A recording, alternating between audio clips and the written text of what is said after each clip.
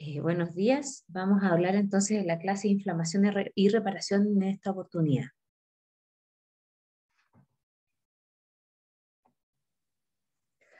Nuestros objetivos serán tratar de diferenciar lo que es inflamación aguda,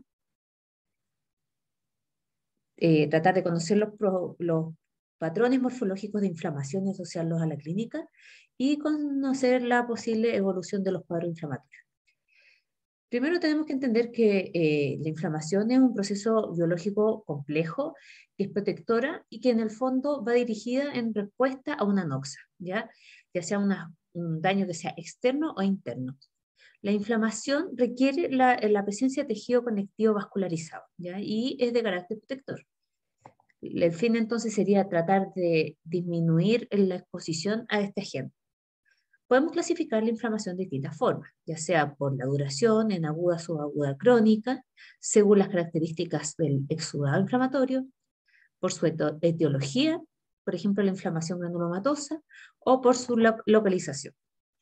Desde el punto de vista de la terminología, siempre que nos referimos a un proceso inflamatorio, estaríamos hablando de lo que es itis, ¿ya? Y eso es inflamación, por eso se refiere a inflamación, o sea, gastritis, sinusitis, todos los itis. Y desde el punto de vista evolutivo, podemos hablar de que este proceso puede ser agudo o crónico y de manera intermedia hay algunos que son más larvados que son subagudos. Eh, También pueden localizarse en distintas cavidades o en órganos parenquimatosos, o también podemos clasificarlas según su exudado en seroso, fibrinoso, purulento, hemorrágico, que lo vamos a ver durante el transcurso de esta clase. Ahora, la clasificación según la duración en general es respecto a inflamación aguda o crónica y subaguda. La inflamación aguda es inespecífica, es la primera arma de defensa frente a una noxa.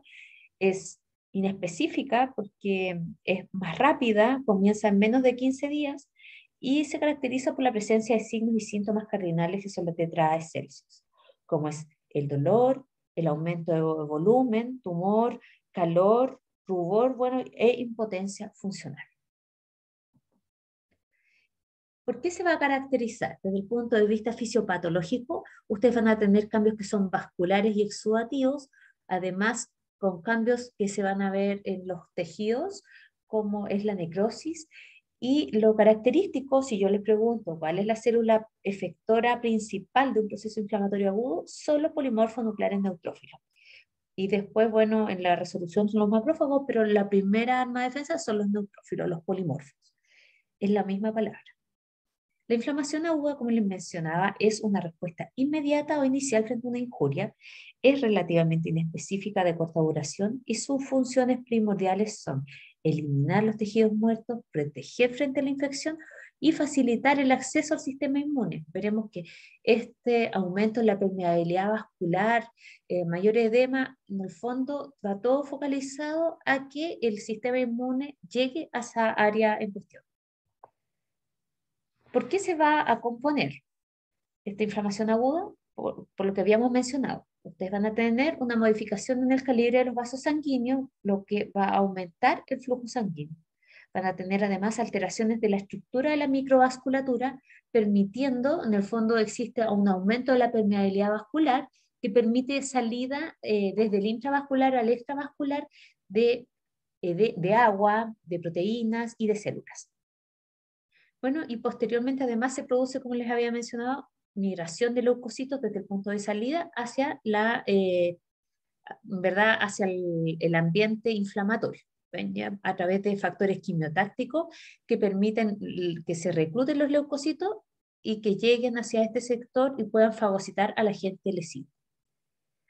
Este es un esquema clásico del Robbins en que ustedes ven la microvasculatura normal y en el caso de que exista algún factor gatillante de inflamación, tenemos este aumento un aumento del calibre de los vasos con aumento de la permeabilidad porque se empiezan a liberar distintas citoquinas como el óxido nítrico que permiten que salga agua, que salgan proteínas y además que se recluten células inflamatorias y pasen al extravascular.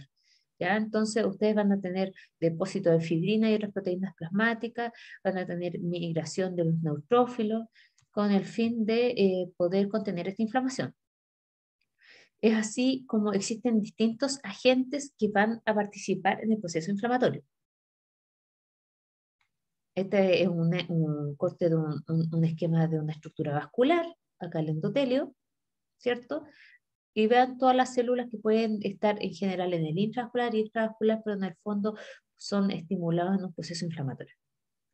El tipo de leucocito en migración, bueno, depende del agente irritativo, ¿cierto? Pero la mayor parte, en general, para la inflamación aguda, son neutrófilos, que van a predominar en el infiltrado inflamatorio durante las primeras 6 a 24 horas y después van a ser reemplazados por monocitos o macrófagos a las 24 o 48 horas después. En el proceso de migración de los leucocitos, vamos a tener leucocitos que van a ser estimulados por distintas citoquinas que se producen frente a un proceso inflamatorio. Entonces los leucocitos expresan estas moléculas de adhesión celular, van a marginarse en los vasos, empieza este fenómeno del rolling, que empiezan a rodar dentro del endotelio hasta que finalmente, y además guiados a través del aumento de la permeación vascular, pasan a través del endotelio y llegan al extravascular, que o sea, en el lugar donde actuarán frente a este proceso, a este agente lesivo, pero además siguen secretando citoquinas que van a fortalecer este proceso inflamatorio.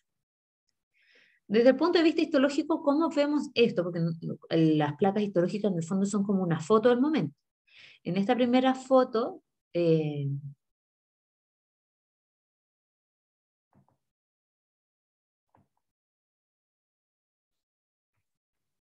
a ver,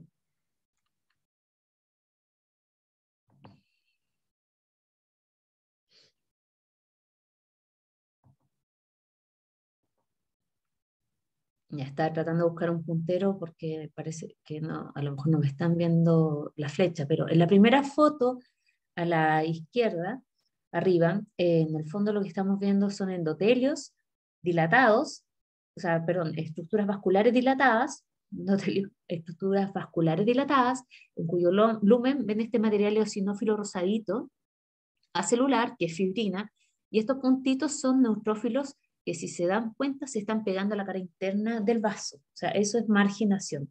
Y aquí ya se produjo el tema de la extravasación de los neutrófilos, ven que está dilatado, congestivo el vaso, también se están marginando, pero ya hay varios que han salido. Esa sería morfológicamente la extravasación de células inflamatorias.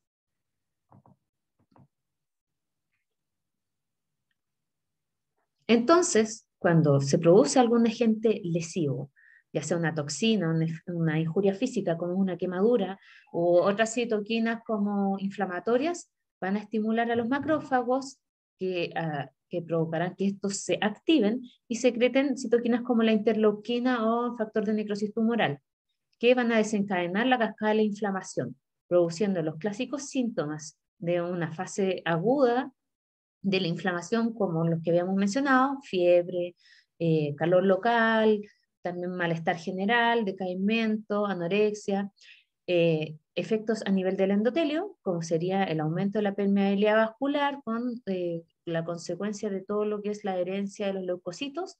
También se producen efectos a nivel de los fibroblastos de la matriz extracelular. Estos van a proliferar. Por ejemplo, imagínense una quemadura y que hay que reparar tejido. Los fibroblastos se van a activar, proliferan, empiezan a secretar matriz extracelular de colágeno, pero también distintas proteasas para remodelar esta herida. Y además esto se perpetúa en la inflamación porque también va a hacer que los leucocitos también se estimulen y secreten interleuquinas. Entonces, cuando tenemos un proceso inflamatorio, podemos tener distintos síntomas, como lo habíamos dicho, edema, eritema, calor local, dolor y al final pérdida de función.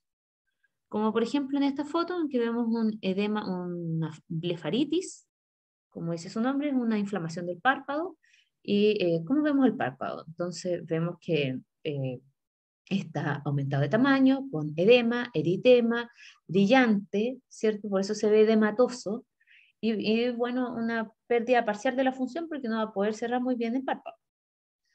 Entonces una lesión va a producir distintos mediadores de inflamación aguda y la inflamación aguda en términos evolutivos debería ir a la resolución O sí, la inflamación aguda produce necrosis y la formación de abscesos, o esta inflamación aguda va a la curación y resolución, ¿ya?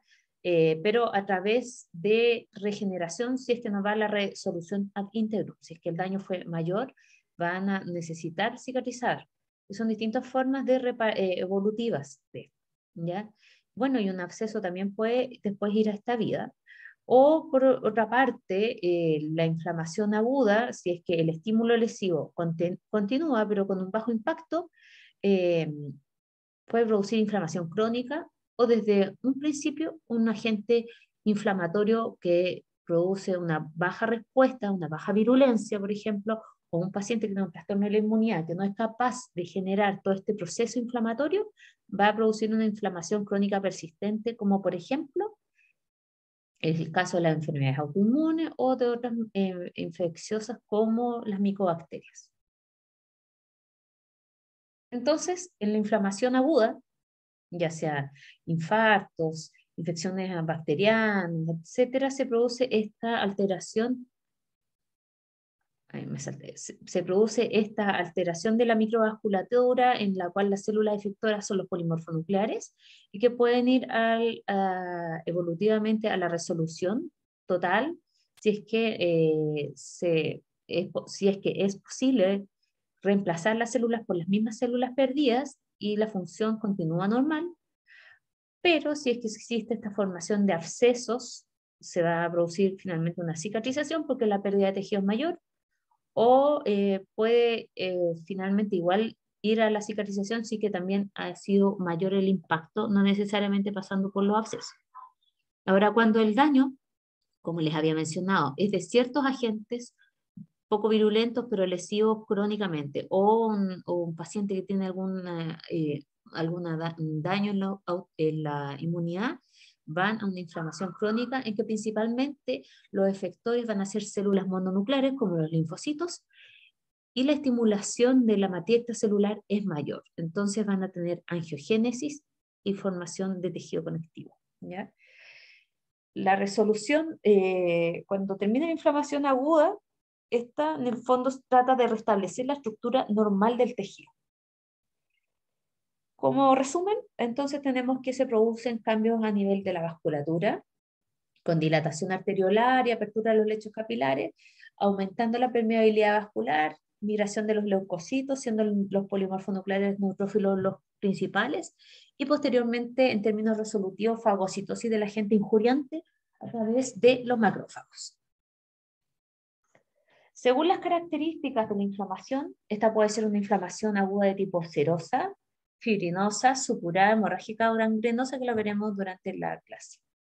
La inflamación aguda serosa es aquella que se caracteriza por estar constituida por un fluido que es ligero, que es rico en agua y que tiene baja cantidad de células inflamatorias, ¿ya? Y poca cantidad, en general es variable, pero menor cantidad de proteínas.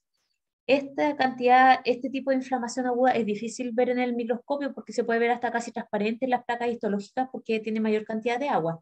Y lo clásico son las inflamaciones agudas con ampollas como las quemaduras. ¿Ya? Aquí está, por ejemplo, una quemadura y acá ustedes ven una epidermis que se desprende a nivel suprabasal. Acá se ve un tipo de ampolla. En cambio, acá hay otro tipo de ampolla en que lo que se desprende es la capa córnea. Entonces ustedes se darán cuenta en esta foto de la derecha respecto a la foto de la izquierda que ambas tienen ampollas, pero son a distintos niveles del espesor epidérmico. Entonces, esta rosadita de la derecha es una ampolla mucho más débil y se revienta fácil en relación a la de la izquierda, que es casi suprabasal, de la última capa del epitelio. El otro tipo de inflamación es la inflamación aguda fibrinosa, que se caracteriza por tener un exudado rico en proteínas, incluido fibrinógeno, y tiene menor cantidad de células y de agua. ¿Ya? Se caracteriza por ocurrir a nivel de las mucosas o en cavidades serosas, como por ejemplo es la pericarditis aguda. El exudado fibrinoso en el fondo se puede producir también en el intersticio con una acción procoagulante y la característica es la presencia de fibrina. La fibrina es una glicoproteína que, como es glico, y lo estudiamos en nuestra clase inicial, es Paz positiva.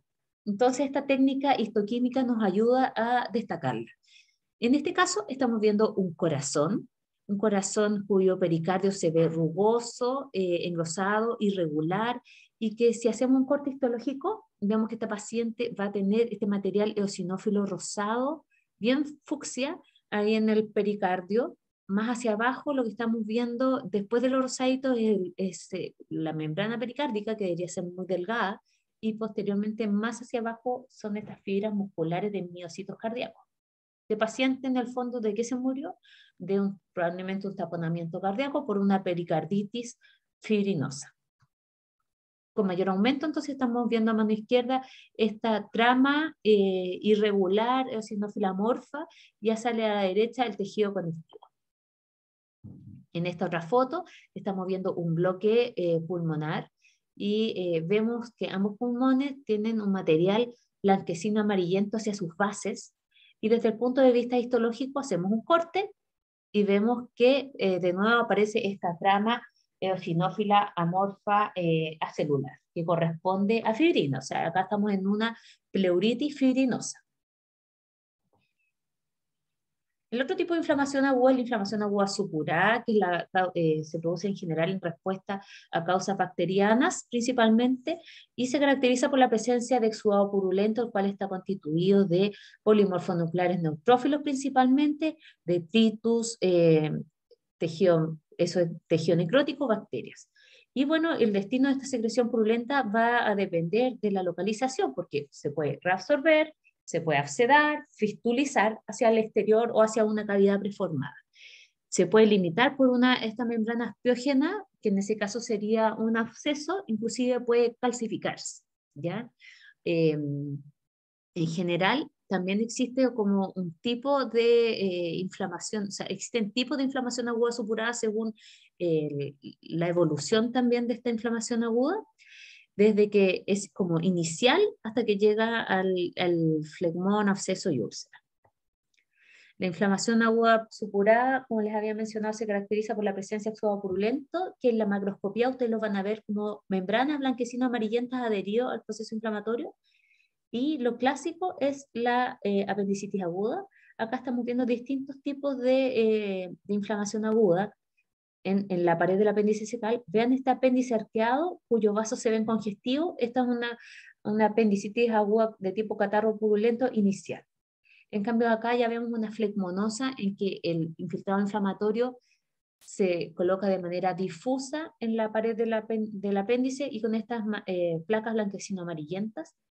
Y esta otra en la cual vemos un material negruzco hacia la punta, que es una apendicitis aguda gangrenosa.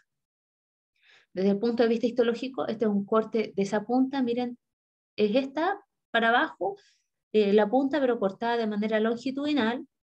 Entonces acá hacia el centro estamos viendo, o sea, este es un corte longitudinal de la punta pendicular. Hacia el centro estamos viendo el lumen, que está revestido por epitelio, con glándulas conservadas, en parte erosionado, la hiperplasia folicular linfoide habitual del apéndice, y con mayor aumento vemos que hay hemorragia transmural y muchas células. Si nos seguimos acercando, vemos que hasta inflaman el peritoneo con polimorfonucleares neutrófilos. O sea, acá tenemos una apendicitis aguda supurada transmural con una peritonitis. La inflamación de tipo catarro purulento, en general en el ejemplo este del apéndice, me equivoqué, les dije catarro purulento por un error mío de vocabulario, pero para que se queden, esta es una apendicitis aguda supurada inicial, esta es la flegmonosa ya gangrenosa con efectos de necrosis, que se ve negruzco, ¿ya? La de tipo catarro purulento es aquella que se produce principalmente en lugares donde tienen un alto contenido de material mucoideo, como la bronquitis o la sinusitis, pero es un tipo de inflamación aguda supurada. La otra inflamación aguda supurada característica es el empiema, en la cual ustedes van a tener esta inflamación aguda, pero va a estar limitada a una cavidad, como son los empiemas pleurales y pericárdicos. Y el flegmón es una inflamación aguda purulenta mal delimitada, que empieza a disecar los tejidos. Es frecuente, por ejemplo, los abscesos en la parótida, en el piso de la boca, que producen un aumento difuso y que pueden evolucionar a abscesos. Son, en verdad, cuadros bastante complicados, como por ejemplo, en este caso, en que ustedes ven una asimetría facial, edema, y con calor local se ve que está más rojito que este otro lado. El absceso es otro de los tipos de inflamación aguda purulenta, pero empieza a delimitarse por esta membrana apiógena y con formación de tejido granulatorio. Puede producirse en lugares en que en órganos que no tienen cápsula, ¿ya? Los abscesos es raramente que producen una cápsula, más bien hacen una membrana apiógena, pero es como que el infiltrado inflamatorio se empieza a localizar y a juntar.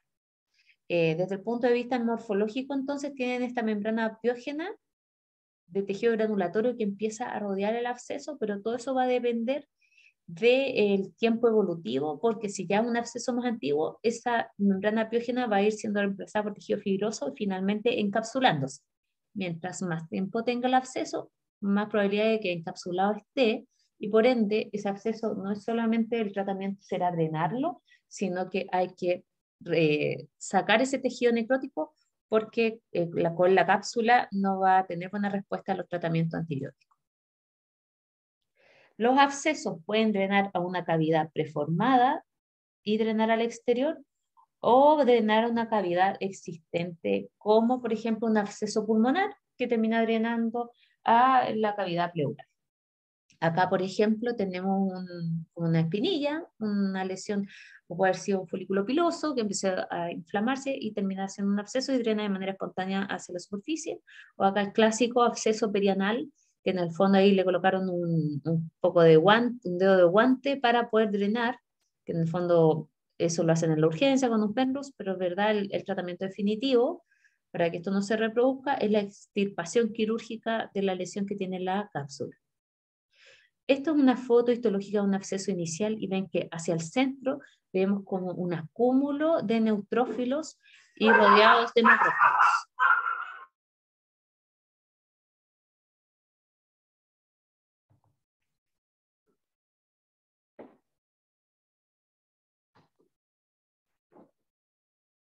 En estas otras fotos, estamos observando este infiltrado inflamatorio difuso, pero tiende igual a tener una colección en la foto de la izquierda arriba. Vemos que está revestido por epitelio escamoso, o sea, es un corte de piel, y en la dermis estamos viendo este proceso inflamatorio que tiende a localizarse. Con más aumento, vemos en la foto de más abajo, vemos que hacia el lado derecho está principalmente este centro necrótico y hacia la izquierda superior está rodeado por en el fondo la membrana apiógena que tiene mayor cantidad de macrófagos. En cambio, hacia el centro, no sé si logran distinguir, pero hay mayor cantidad de neutrófilos. En cambio, en esta otra foto ya vemos una membrana apiógena ya mucho más establecida, ¿cierto? Con el centro necrótico, este material rosadito que la empieza a rodear, y esto más claro hacia alrededor, en el fondo que es de macrófagos. Esto en tejido hepático. La úlcera es un defecto local o una solución de continuidad con necrosis y excavación de fondo necrótico. Podemos tener úlceras a nivel de la mucosa bucal, gástricas, duodenal, en la piel, etc.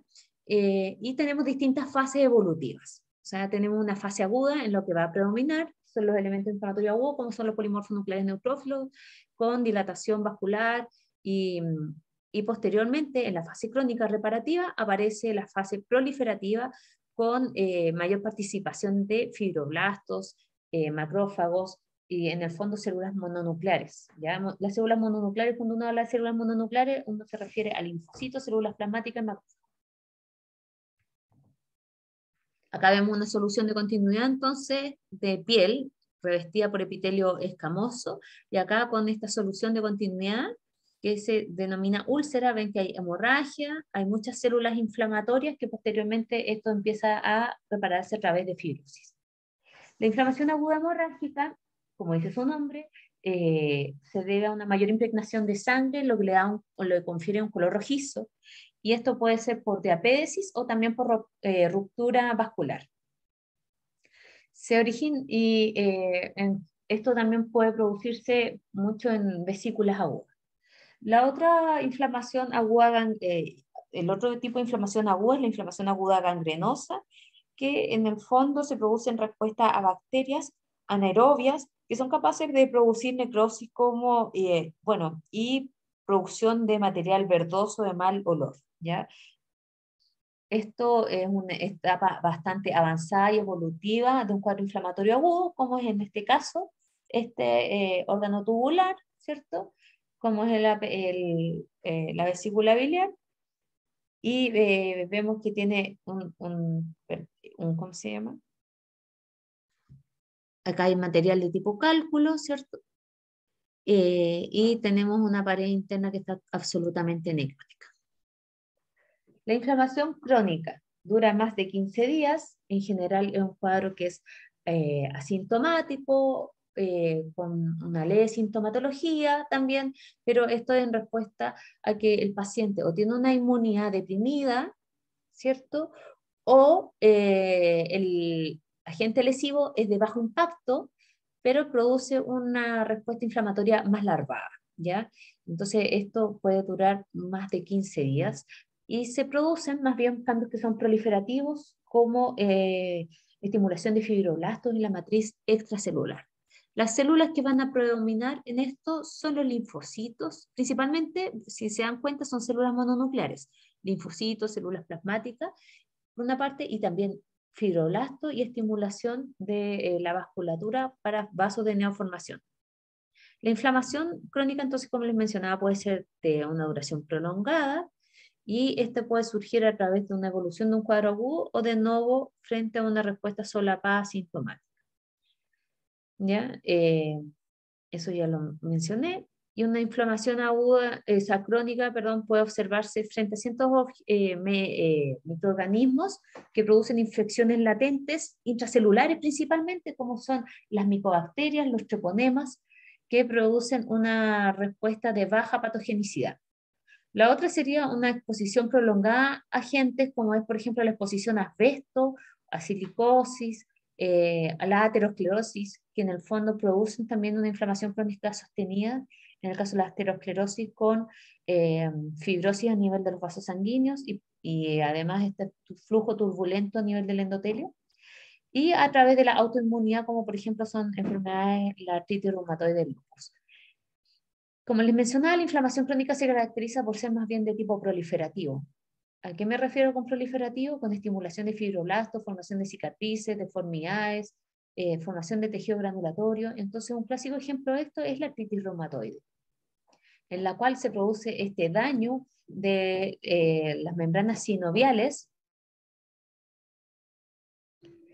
en que se produce este daño a nivel de las membranas sinoviales, con formación de tejido granulatorio, fibrosis y finalmente con alteración de la morfología y la función de las manos. Este tejido granulatorio en la sinovial, que esta es la sinovial, esta foto histológica, se llama panus, y ven que produce una gran fibrosis y deformidad de las articulaciones. O sea, una inflamación crónica puede ser inespecífica o puede ser más bien específica frente a determinados agentes como la enfermedad granulomatosa. La inflamación crónica inespecífica o polimicrobiana puede generar como consecuencias abscesos, fístulas, úlceras o celulitis cuando ya existe un proceso reparativo en marcha. Y las características histológicas serían que la célula efectora principal son los linfocitos. Se produce destrucción tisular producto de las células inflamatorias, y además, aparte de esta destrucción, se trata de producir un balance con la reparación del tejido lesionado. Y dependiendo de la cantidad de tejido lesionado, va a ir a esta gran actividad reparativa con estimulación fibroelástica y formaciones de cicatriz y fibrosis. La inflamación crónica, como les había mencionado, puede ser de dos tipos: la inflamación inespecífica, como es la acumulación de macrófagos y linfocitos, en los cuales los macrófagos, además de fagocitar, van a estimular a los fibroblastos para que reemplacen el tejido perdido. En este caso, el órgano es la vesícula biliar, que está abierta y expuesta a su mucosa. En general, la vesícula biliar en su cara mucosa debería ser aterciopelada. En cambio, acá estamos viendo trabéculas blanquecinas y se pierde el terciopelo normal de la vesícula biliar, y estas trabéculas son trayectos de fibrosis. En el fondo acá el estímulo crónico serían los cálculos, ¿cierto? Y que en el fondo al impactarse y desimpactarse producen inflamación aguda recurrente de bajo impacto en la vesícula, hasta que de repente puede producirse un episodio inflamatorio agudo de colicistitis, pero en este caso estamos hablando de fenómenos crónicos. Los fenómenos crónicos, por ejemplo, en la vesícula biliar van a producir cambios, ejemplo a nivel del revestimiento epitelial. En este caso estamos viendo una metaplasia de tipo intestinal en respuesta a esta inflamación crónica persistente, como para tratar de defenderse el epitelio, cambia. Y además se producen senos de Rogitansky, que son evaginaciones del epitelio o invaginaciones hacia la mucosa, porque son como herniaciones, ¿ya? Y que se producen en respuesta a estas contracciones frecuentes de la vesícula biliar. Además, se produce fibrosis parietal, hipertrofia de la túnica muscular y acentuado infiltrado linfocitario como célula efectora de este proceso inflamatorio crónico. Acá vemos otro corte de la pared de la vesícula biliar. Estos son los senos de Rogitansky, porque habitualmente el epitelio debería mantenerse en una línea, en cambio acá se mete a la pared. Estamos viendo además hipertrofia del músculo, porque esta vesícula dice, oh, tengo que expulsar la bilis, sea como sea, porque tengo en el lumen un cálculo.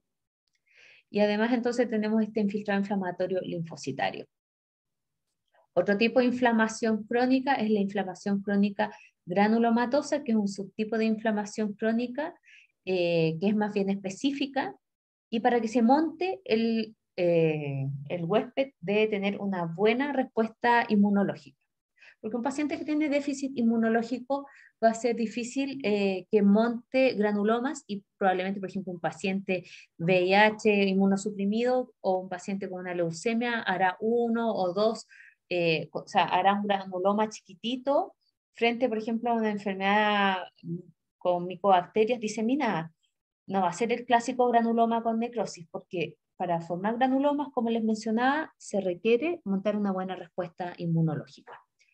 Los granulomas son acúmulos de macrófagos modificados, epitelioides, que también tienen una corona de linfocitos y células plasmáticas, y hacia el centro pueden o no tener necrosis. Estos granulomas corresponden a un tipo de respuesta inmunológica de hipersensibilidad tipo 4 retardada.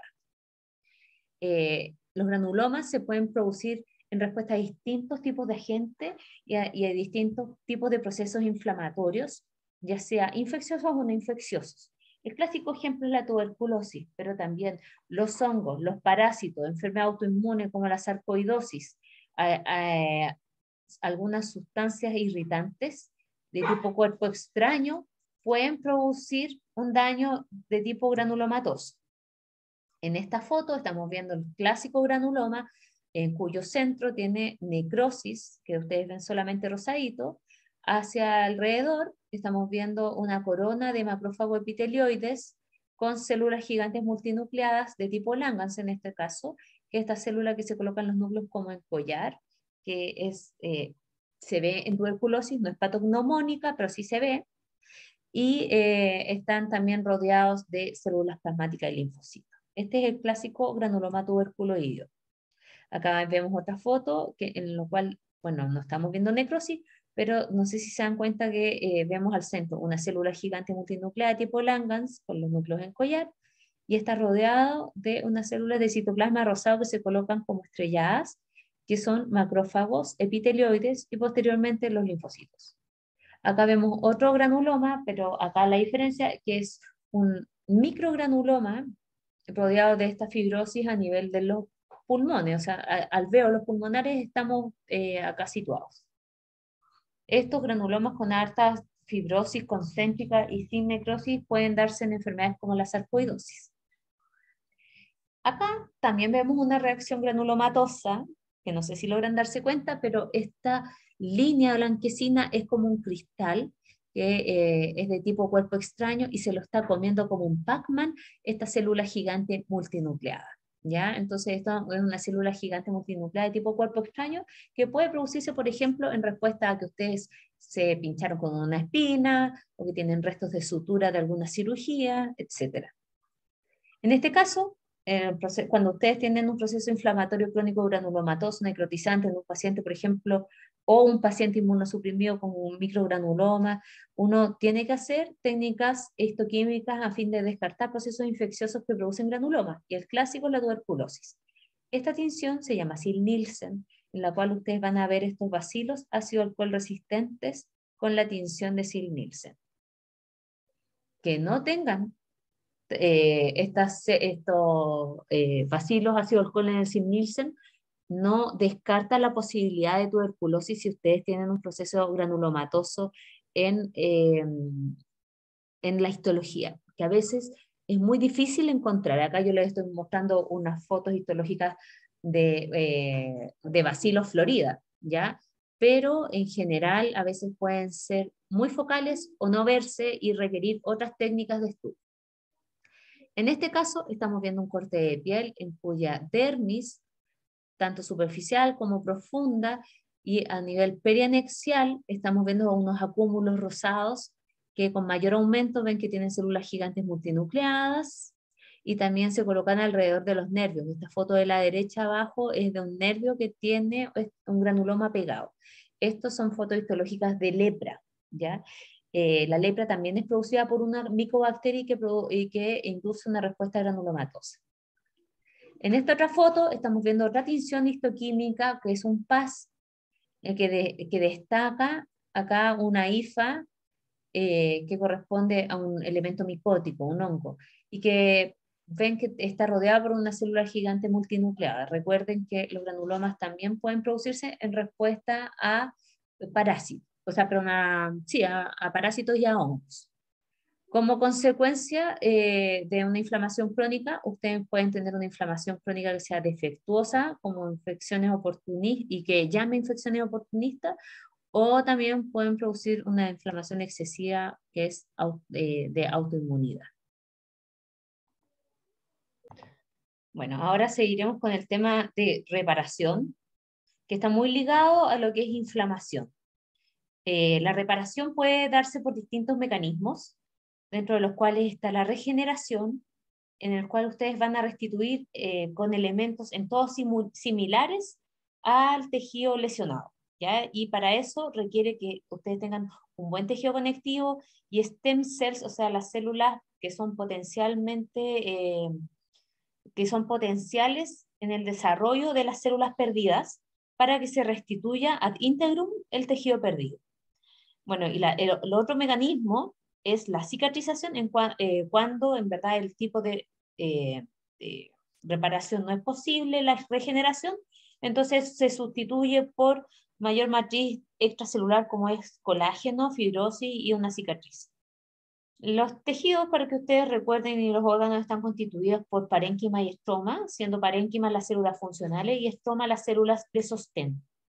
Y cuando ustedes tienen una injuria, entonces pueden tener cicatrización o puede ser regeneración, ¿ya? O sea, reparación o regeneración.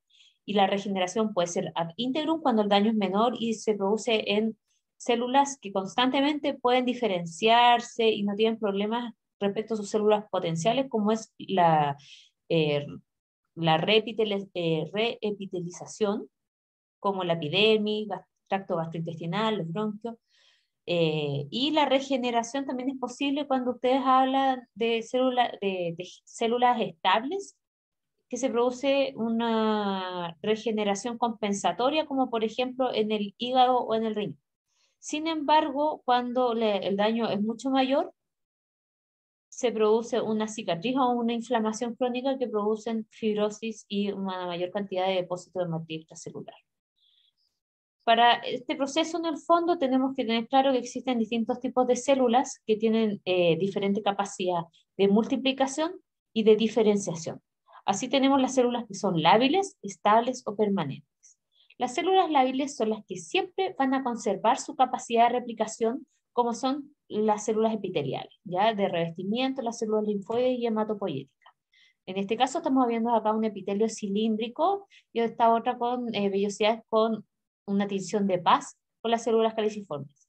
Cuando existe una pérdida o una erosión de este epitelio, por ejemplo las gastritis o una bronquitis, este epitelio puede restituirse por células iguales, ¿ya? Entonces ahí tienen una regeneración. Otras células, aparte de las lábiles, son las estables, en que conservan latente su capacidad de reproducción toda la vida, pero no están constantemente sustituyéndose, ¿ya? Estos son órganos sólidos como las glándulas salivales, el páncreas, el hígado, el riñón, ¿ya? Y algunos derivados mesenquimáticos como fibroblastos, ¿ya? Para que cuando existe un daño, estos se restituyan ad integrum, ustedes requieren el estroma que guíe esta reparación. Y las células permanentes son aquellas en que nunca se van a multiplicar en la vida postnatal. Son células que son muy especializadas y que cuando son dañadas van a estar restituidas solamente por cicatriz, ya por un tejido conectivo, como son las células musculares, estriadas y cardíacas y neuronas. Por eso cuando ustedes tienen un infarto o el miocardio, no van a restituir el músculo, sino que simplemente ahí ya se pierde esa zona y se produce una cicatriz. Este es un ejemplo de una tinción argéntica que destaca las neuronas, que son células permanentes. Entonces, el potencial proliferativo de los tejidos es diferente según el tipo de células que lo constituyen. O sea, las células lábiles tienen un gran potencial de reparación porque están en división continua. Las células estables tienen un bajo nivel de replicación, pero si ustedes mantienen el estroma pueden regenerar. En cambio, las células permanentes nunca se van a dividir y por ende cuando existe algún daño se produce una fibrosis que va a ocupar el lugar donde está la inflamación. O sea, la capacidad regenerativa, para que ustedes sepan, es inversamente proporcional al grado de diferenciación o, como ustedes quieran decirlo, especialización de las células. Porque estas células permanentes son muy evolucionadas, pero ya no se multiplican. La curación de las heridas, entonces, es un ejemplo clásico de reparación en las cuales vamos a aplicar ya los conceptos que hemos visto de inflamación. Cuando ustedes tienen una herida, una solución de continuidad, por ejemplo, piensen en la piel, se va a producir una hemorragia que va a llevar todos los componentes inflamatorios al sitio del suceso, produciéndose un proceso inflamatorio agudo. Después de esta inflamación aguda viene la formación de tejido de granulación con estimulación de los fibroblastos, vasos de neoformación, que por ejemplo en una fractura esto equivaldría a la formación de un callo blando. Posteriormente se produce cicatrización con fibrosis, que sería el callo duro, y posteriormente remodelación y refuerzo de la herida. ¿Ya? En la remodelación y refuerzo de la herida ya van a participar los macrófagos y proteasas para tratar de remodelar todo este tejido. ¿Ya? Entonces al principio ustedes ven que lo que es agudo en las primeras horas y posteriormente existe un tejido granulatorio con contracción de la herida. La regeneración de las células lábiles se produce en general en 4 etapas, con la primera etapa que es lo mismo, repetir el mismo tema, una fase exudativa con un tapón de fibrina, después el epitelio se regenera sobre la superficie denudada, se multiplican las células nuevas y empiezan a subir, por ejemplo, en el caso del epitelio glandular del colon o del estómago, están las células de la base de las glándulas, son las más totipotenciales, entonces empiezan a multiplicarse y a subir por las glándulas para tratar de reparar las células dañadas en la superficie. Y después de que se multiplican, a partir del 4.º día empieza la diferenciación, o sea, las células tratan de especializarse y adquirir las capacidades, por ejemplo, absortivas del epitelio intestinal. Cuando tenemos reparación por tejido conectivo, este en general ocurre cuando ya ustedes no pueden reparar las células que estaban en ese lugar y es porque el daño ha sido mayor. ¿Ya? Involucra una gran formación de tejido granulatorio y las células parenquimatosas dañadas, por ejemplo, en un riñón, un hígado, en que el daño ha sido mayor, van a ser reemplazadas por fibroblastos y células endoteliales con vasos de neoformación. En En la fibrosis, ustedes tienen también distintas etapas. La primera es la angiogénesis, con vasos de pequeño calibre que empiezan a proliferar, se estimulan los fibroblastos, empiezan a secretar matriz extracelular, colágeno, eso es fibrosis, y después esta herida se tiene que remodelar, o sea, adquirir las líneas de tensión adecuadas, y para eso se producen proteasas, inhibidores de proteasa, en cuyo ambiente de estabilidad tratan de regularse para remodelar la herida. Como resumen, entonces cuando se produce una herida, que es el clásico ejemplo de inflamación y reparación, ustedes al principio tienen una inducción de una respuesta inflamatoria aguda frente a un daño inicial. Posteriormente van a proliferar y migrar las células parenquimatosas del tejido conectivo o de las células epiteliales según la magnitud del daño. Se produce angiogénesis y formación de tejido granulatorio. Se sintetizan proteínas en la matriz extracelular por los fibroblastos y posteriormente se va a remodelar esta cicatriz con contracción a través de la acción de los macrófagos. Ya en una etapa más avanzada, la herida se va a fortalecer y va a tratar de quedar más o menos semejante al tejido adyacente, pero nunca igual. La cicatrización, entonces, es la reparación de las heridas por tejido conectivo, y lo clásico son las incisiones quirúrgicas. Y así podemos dividir las heridas quirúrgicas en heridas con cicatrización primaria o primera intención cuando el daño es mínimo, por ejemplo, una apertura de la piel por un bisturí en la cual el daño va a ser con una hoja que determina una solución de continuidad neta, de bordes limpios. En cambio, la cicatrización secundaria es por segunda intención, en cuanto el daño ha sido mayor, por ejemplo, no sé, una quemadura o una herida infectada, en cual la pérdida de tejido es mayor. Cuando ustedes tienen una curación por primera intención, en este ejemplo vean que se produce un coágulo, ¿cierto?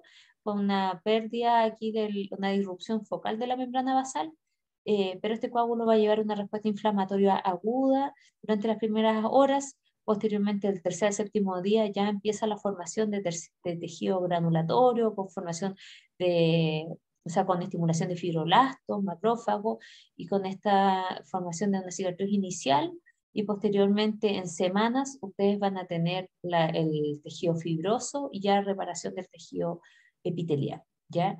Se forma una mínima cantidad de tejido granulatorio, a diferencia de cuando es por segunda intención, en cual el daño es mayor, ¿ven? El tapón de hemorragia es mayor, con mayor proceso inflamatorio, mayor formación de tejido granulatorio. Entonces, la pérdida de células parenquimatosas, como fue de mayor extensión, también el defecto cosmético en este caso va a ser mayor. ¿Ven? Se produce una atrofia del epitelio en la última foto, con una mayor contracción del tejido conectivo.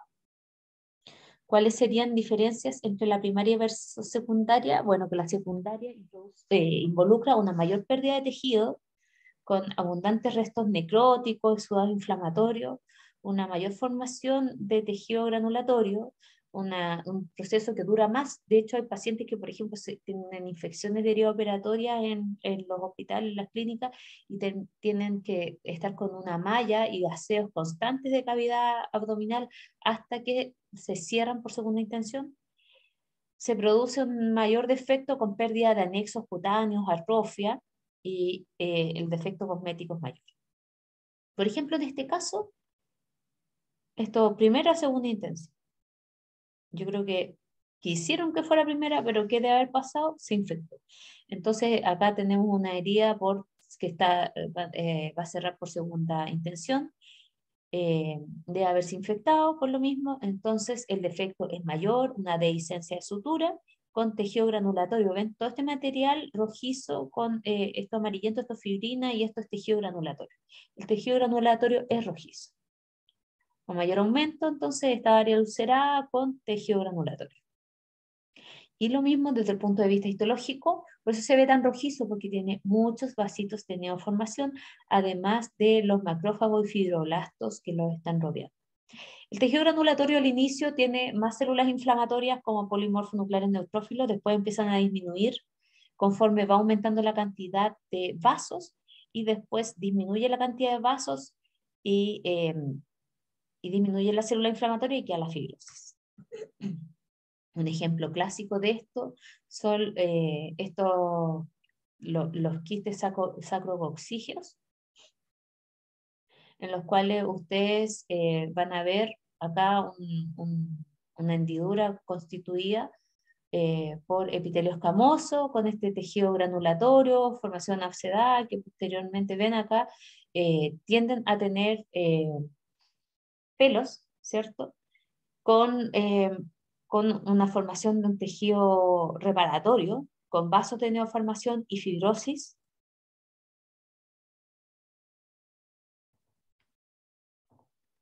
Estos quistes son los clásicos quistes que son los quistes pilonidales que se producen ahí en la línea media posterior y se caracterizan por tener esta invaginación del epitelio escamoso con folículos pilosos, y ustedes, por ejemplo, acá también están viendo con mayor aumento, lo mismo que vimos en la foto anterior, pero acá con mayor aumento esto es un pelo con formación de tejido granulatorio alrededor. Ven acá hay vasos de neoformación con células inflamatorias como células plasmáticas, neutrófilos, eosinófilos, linfocitos y fibroblastos. O sea, tenemos acá un buen tejido granulatorio rodeando esa quiste pilonial. Eh, Posteriormente, la herida tiene que fortalecerse, y en el caso de cuando hay suturas y se retiran, ustedes piensen que después de que se retiran, la herida tiene solamente un 10% de la fuerza, y para que en el fondo ya sea más firme, tienen que pasar meses, 3 a 4 meses, para que la herida ya tenga una mayor fortaleza. En este caso, pues, estamos viendo una cicatriz joven. Ven que es una piel revestida por epitelio escamoso.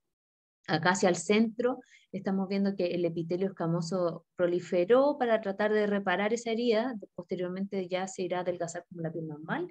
Y en la dermis estamos viendo algo más azulado, que es el tejido conectivo laxo del tejido granulatorio, pero que ya perdió muchos vasos y la inflamación inicial, por eso se llama cicatriz joven. En cambio, esta es una cicatriz más avanzada, ven que ya no se ve tan azulado, sino que se ve como más un colágeno hialino o más rosadito, como el de la dermis habitual. En esta otra foto estamos viendo lo mismo, o sea, estamos viendo la piel parcialmente revestida por epitelio escamoso, en cuya dermis presenta esta formación de tejido granulatorio con fibrosis, pero en distintas direcciones. Entonces, eso es lo que pasa con las cicatrices iniciales. ¿Qué factores van a afectar la reparación tisular? O sea, existen factores que son sistémicos del huésped, pero también que son locales. Dentro de los sistémicos, por ejemplo, un paciente que es de edad avanzada, que tiene alguna enfermedad autoinmune, eh, eh, que tiene alguna enfermedad inmunosupresora, o que tiene déficit de vitamina, como el déficit de vitamina C, se asocia a dificultar la reparación de otras enfermedades, como por ejemplo la enfermedad arterial oclusiva, en la cual usted, o diabetes, que disminuye la llegada de células inflamatorias al sitio lesivo. Y los factores también pueden ser locales, como por ejemplo una herida que se infecta o que mantiene, que en el fondo, por ejemplo, ustedes iban en bicicleta, se cayeron, una herida, y que quedan restos de tierra, cuerpo extraño, o una fractura que quedan pequeños fragmentitos de hueso entre medio al momento de repararlo. Eso también produce una pseudoartrosis y una pérdida de la reparación tisular adecuada. ¿En qué se podría complicar la cicatrización de la herida? Cuando una cicatrización es deficiente, se puede separar los cabos de unión y producirse una dehiscencia de la sutura con una úlcera y posterior infección, o que la infección haya causado eso. O cuando al revés, en vez de deficiencia se produce excesiva formación de componentes de la cicatrización, se puede producir una cicatriz hipertrófica o un queloide, o también se pueden producir contracturas, ¿ya? Como este es el caso de los queloides. Acá hubo una laparotomía media y ven que está rayado en la cicatriz del hilo de sutura. Y a nivel histológico vemos esta protuberancia que se produce por el depósito de este cartílago hialino desordenado, denso. Acá con mayor aumento ven no cartílago, perdón, colágeno hialino denso. Entonces, cuando ustedes están sometidos a una injuria, se produce una respuesta vascular y celular que va a inducir una respuesta inflamatoria aguda que puede desencadenar regeneración para reparar, según el tipo de célula que esté produciéndose, o una curación de herida por cicatriz cuando se pierde el parénquima y queda solo el estroma, o pues si es que hay un daño persistente, un estímulo que de manera persistente está dañando el tejido, como por ejemplo contaminaciones ambientales, en el caso de la asbestosis, se produce fibrosis, en el ejemplo que les dije yo, pulmonar o mesotelial, ¿ya? Otro ejemplo de reparación patológica es la cirrosis, en la cual se producen fenómenos frecuentes de, no sé, inflamaciones agudas como esteatohepatitis o hepatitis pequeñas por alcohol. En este caso, se produce una reparación de los nódulos hepáticos, pero con fibrosis posterior, que va encapsulando nidos de regeneración, pero la regeneración no es adecuada. Entonces se produce esta cirrosis y que, perdón, histológicamente induce estos nódulos de reparación hepática, pero que no están conectados con los sistemas porta, entonces finalmente terminan en una cirrosis, ¿ya? Bueno, esa sería la clase de inflamación-reparación. Que estén bien, cualquier duda me pueden avisar.